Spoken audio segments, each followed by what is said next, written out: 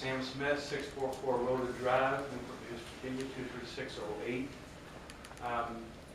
I moved here in 1983 for work, and my mother was very excited about that. She lived in Kentucky, where I lived most of my life, and she had never seen seagulls.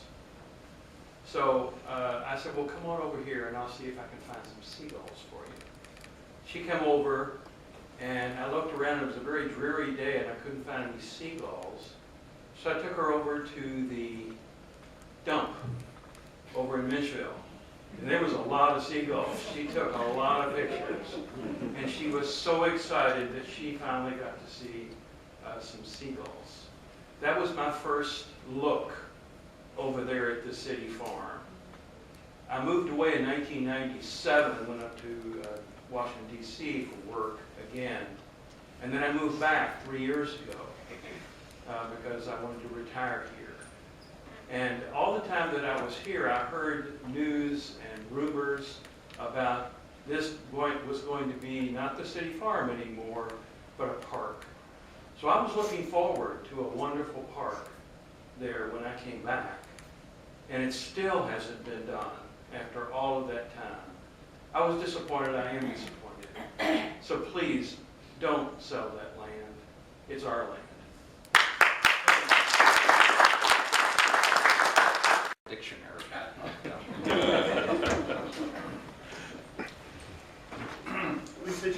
Well, I am Thomas Peter Charlock, 22 Executive Drive, Newport News, Virginia, 23606. Very nice to see the Planning Commission and city civil servants and fellow residents. Newport News is blessed with an energetic and dedicated cluster of people devoted to planning. When a HUD proposal, prospect for help to our East End community, advanced a notch this week, an official told the Daily Press, I went running down the hall when I saw the announcement, and I was screaming at the top of my lungs that we were shortlisted. Well, please hold your breath. That was Britta Ayers. If we're shortlisted, others are given short shrift. And that's happening on another front, too. The parties getting short shrift in the other case are all those who've enjoyed the magnificent, inspiring view of the James River along Colonial Parkway. If you want to see the James as the Indians saw it in 1600, and you're on public land in the peninsula, you have to go all the way upriver to Colonial Parkway to get away from the shipyard cranes, bridges, and power lines.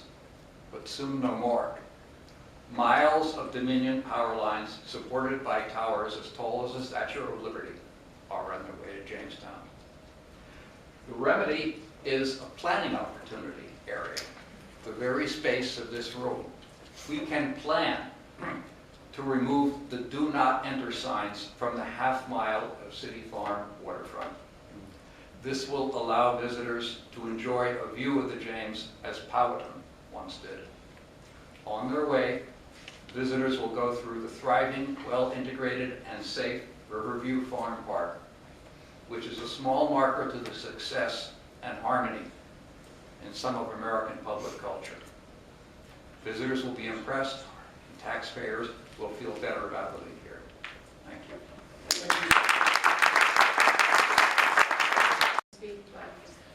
Some friends suggested I did.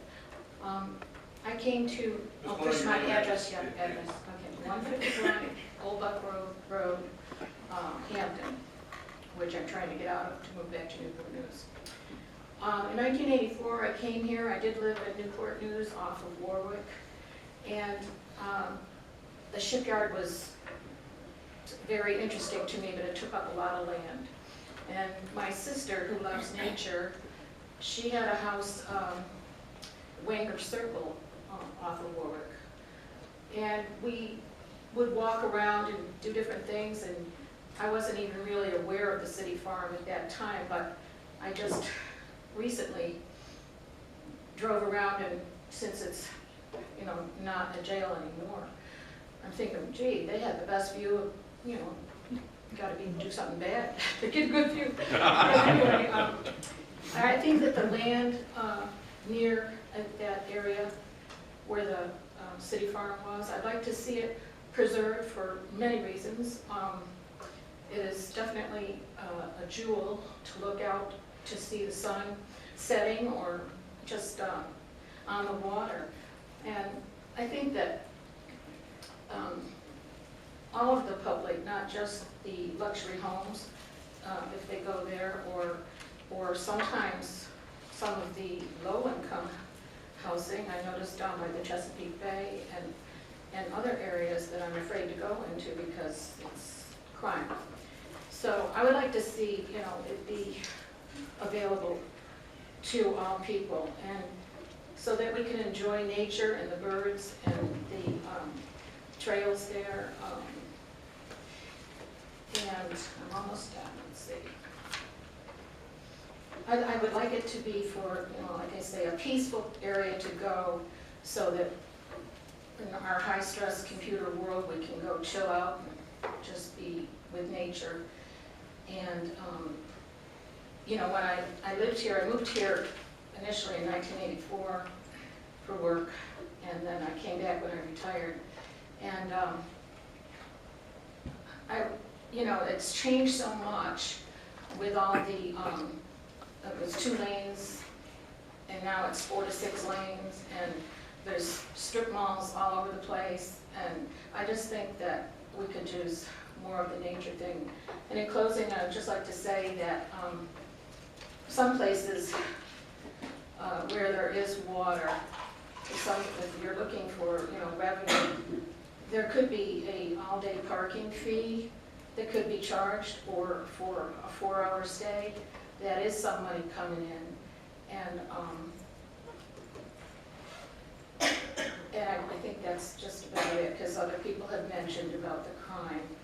And I do know that Huntington Beach, or not Huntington Beach, but Huntington Park is a beautiful park, and there is a little place for swimming down there if it's not polluted. But the banks are very steep, and like I say, Newport News is so long and skinny, but with Shipyard taking up a large portion of it, and then other houses further up from, when I first came here, Denby was just a field, now it's all grown up. So thank you very much. I hope you'll consider everybody that spoke today. Thank you very much. 26 Mennonite Lane, formerly Mitchfield Road, formerly Oyster Point Road, goes back all the way to Warwicktown, that area. My family's been here since 1923. My father was the son of William Riley Newell, who was the man that discovered the port that changed Mulberry Island over to not being a Camp Abraham Eustace, but a Fort Eustis. He discovered that 80-foot water port that was there in Mulberry Island. And that's why we are what we are now in Warwick County, then later Newport News. There's a lot of history you guys may or may not know. The Minches bought that land from the county of Warwick. Not Warwick County, but the county of Warwick, back in the 1800s.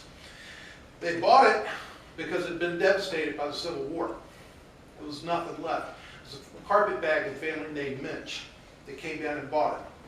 You can't find where Minchville Road or the name of Minchville Marina came from, but that's where it came from. And Warwick Town dates back to 1660s. That used to be a town that had a hotel, had a sheriff's office, a courthouse. I'm sure they had a place for you guys too. But it had shops, it had stores, okay? And these gentlemen that you see along here, they're from Newport News, okay? But the county of Warwick was 17 miles long, I believe. Newport News is now 23 miles long. It's 4 miles by 4 miles, when it was originally the city of Newport News. And then they incorporated it in the 50s to Warwick County. But when you go back and look at all of that, and you say, okay, well, wow, that seems really cool. Well, you can go back further. Let's go back to 1607, when Jamestown came along, and there was 3 ships that came through here. Did you know that one of them dropped off at Jamestown and started a colony, John Smith made a treaty with Chief Powhatan. Chief Powhatan oversaw everything all the way clear around to Hampton and over to Kickingham. And it was all named after different Indians and tribes and all that kind of thing. But also, one of those ships went down York River, and then one of them came back up to James River. Guess where they stopped? Deep Creek, now known as Mitchville Marina and Deep Creek Marina. They also started a town and settlement there. It wasn't a colony, but this was in 1600. That town started up in 1607 once the treaty was made. But there was explorers and settlers that came there as early as 1600. Why in the world aren't we looking at making our area a go-to place for a historical area? Amen.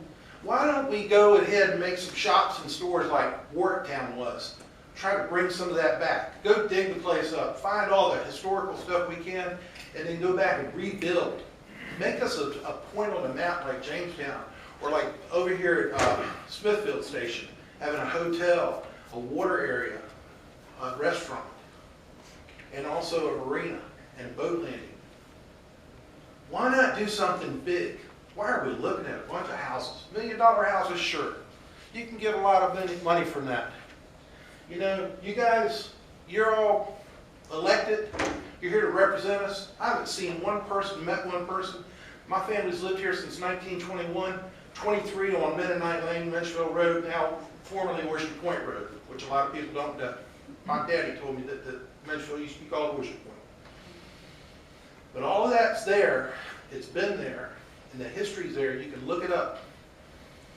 But we're not talking about history. We're not even teaching it in our schools to our kids, where they come from, where they live. My grandson is 5th generation to live here in Newport News. I went down and I spoke at Fort Eustis when they were getting ready to knock off 4,300 men out of the 7,100 man base. I told them about the history there too, about my grandfather, about my father, how he fought to keep 7,500 men from losing their jobs when it was a 15,000 man base. They only cut off about 101, unfortunately, but it was a whole lot better than 4,300. Now we're getting ready to make a similar mistake. 4,300 men at a base, now we're getting ready to put in a few $1 million houses. For what? Taxes? If you want taxes, figure out how to make revenue like some of these other places, like the man mentioned in Virginia Beach. Make it to where it's a boat ramp. Make it to where it's a sailing boat place where we can go teach sailing. Instead of having to go all the way over to Norfolk like we do with Christopher Newport. Why don't we do the right thing? This has been in the plans. These people made investments in their homes to come here and to live here. And what do they come here? They make the investment at home because they were promised a park.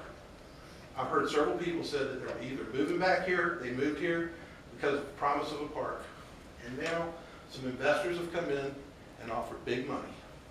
What have you guys become? If you vote yes on this, I know. Thank you.